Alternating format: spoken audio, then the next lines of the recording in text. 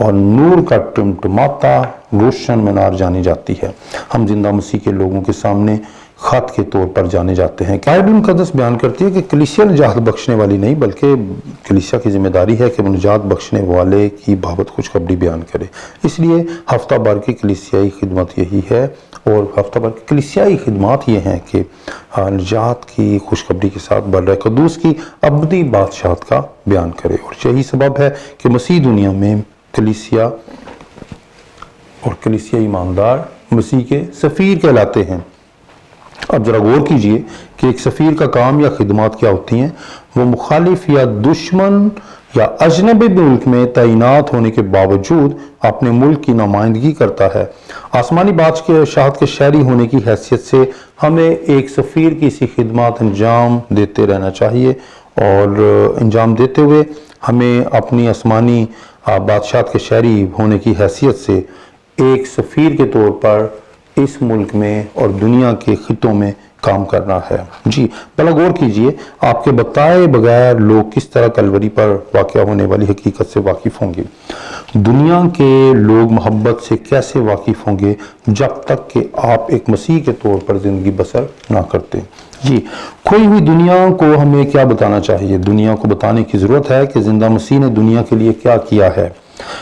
ہمارے ایمان کی بنیاد رسم و رواج یا کسی مذہبی شریعت یا معاشرتی یا علاقائی ثقافت پر مبنی نہیں ہے، بلکہ ہمارے ایمان کی ایک تاریخی حقیقت ہے جس کا آغاز کلوری پر انجام دیے اس کام سے شروع ہوا ہے جسے آپ خود زندہ مسیح میں خدا نے پورا کیا ہے۔ ہمیں دنیا کو منادی کرتے ہوئے بتانا ہے کہ زندہ مسیح نے ہمارے لیے کیا کیا ہے۔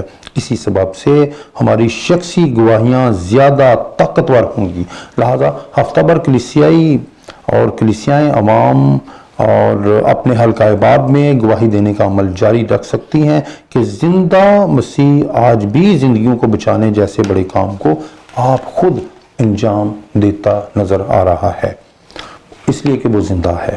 ہم اس پیغام کو اپنے کام اور کھیل کی جگہ پر بیان کر سکتے ہیں، اور یہی ہفتہ بھر کی کلیسیائی منادی ہے۔ میں شخصی طور پر بڑا خوفزدہ ہوں کہ بہت سی کلیسیائیں خاموش کلیسیائیں پائی جاتی ہیں۔ مجھے بتائیے کہ اگر کچھ خاص ہو تو کیا ہمیں اس بابت زور کی آواز کے ساتھ بیان نہیں کرنا چاہیے؟ کسی بھی الیکشن کی تیاری میں ایسا دیکھنے اور سننے کو ملتا ہے کہ کسی امیدوار کا نام اور اس کے مقاصد اور پیغام کئی بار دہرایا جاتا ہے۔ ممکن ہے کہ ہر کوئی ہمارا یقین نہ کرے، لیکن کلیسیا کو خوشخبری کی منادی کرتے رہنے کا حکم دیا گیا ہے۔ ہمارا پیغام تبدیل نہیں ہونا چاہیے، ہمیں اس پیغام کو دہرانا اور مسلسل دہراتے رہنا چاہیے۔ خدا کے لوگ مسیح میں رفاقت رکھتے ہیں، اور یہی بڑھتی ہوئی اور صحت یاب اور تندرست رفاقت کی علامت ہے۔ یہ ایک حمد و ستائش بری رفاقت ہے، تو کیا ہمیں ان باتوں کو عزیز نہیں رکھنا چاہیے جو ہمارے خداوند کو عزیز ہیں؟ واقعی ہمارے خداوند نے کلیسیا سے محبت رکھی اور کلیسیائی بیڑوں کے لیے اپنی جان دے دی۔ کلیسیائی بیڑوں کے لیے، کلیسیائی ایمان کی بڑھوتی کے لیے، کلیسیائی ایمان کی پیوندکاری کرنے کے لیے خداوند یسوع نے اپنی جان دے دی۔ کلیسیا آج اقوام عالم میں مسیح کی دلہن جانی جاتی ہے، اور دلہن ہوتے ہوئے مسیح کا بدن قرار پاتی ہے، جس کا سر آپ خود نجات دہندہ مسیح ہے۔ کیا ہمیں ان باتوں کے لیے کام نہیں کرنا چاہیے جن کے لیے خداوند یسوع نے آپ خود کیا؟ ہمیں اپنے حلقہ باب میں مقامی کلیسیاؤں کے تمام دستیاب وسائل بروئے کار لاتے ہوئے مدد کرنی چاہیے۔ مسیح ہونے کے ناطے ہم ایسی کلیسیا ہیں جس کا ذکر وسیع معنوں میں کلام مقدس میں کیا گیا ہے، اس لیے ہمیں راست بازی کے بپتسمہ میں خداوند یسوع کی پیروی کرنی چاہیے۔ مقامی کلیسیاؤں سے رفاقت رکھنی چاہیے، حمد و ستائش کے ذریعے خداوند کی حضوری میں آنا چاہیے، کلام خدا کی تربیتی مطالعہ کی کلاسز کا اہتمام کرنا چاہیے، اور اپنی گواہی کے کلام اور نجات کی خوشخبری کو پھیلانا چاہیے۔ کچھ کلیسیائیں تو اس حد تک منادی کی اس بڑی رویا کا حصہ ہیں کہ حمد و ستائش کے لیے آئیں اور منادی کے لیے جائیں جیسے بورڈ ان کے گرجا گھر کی دیواروں پر آویزاں ہیں۔ Enter to learn and leave to serve۔ جب آپ خدا کے کلام سے سیکھتے ہیں، جب آپ خدا کے کلام سے تربیت یافتہ ہوتے ہیں تو آپ شاگرد پیدا کرتے ہیں جس سے کہ رویا پوری ہوتی ہے۔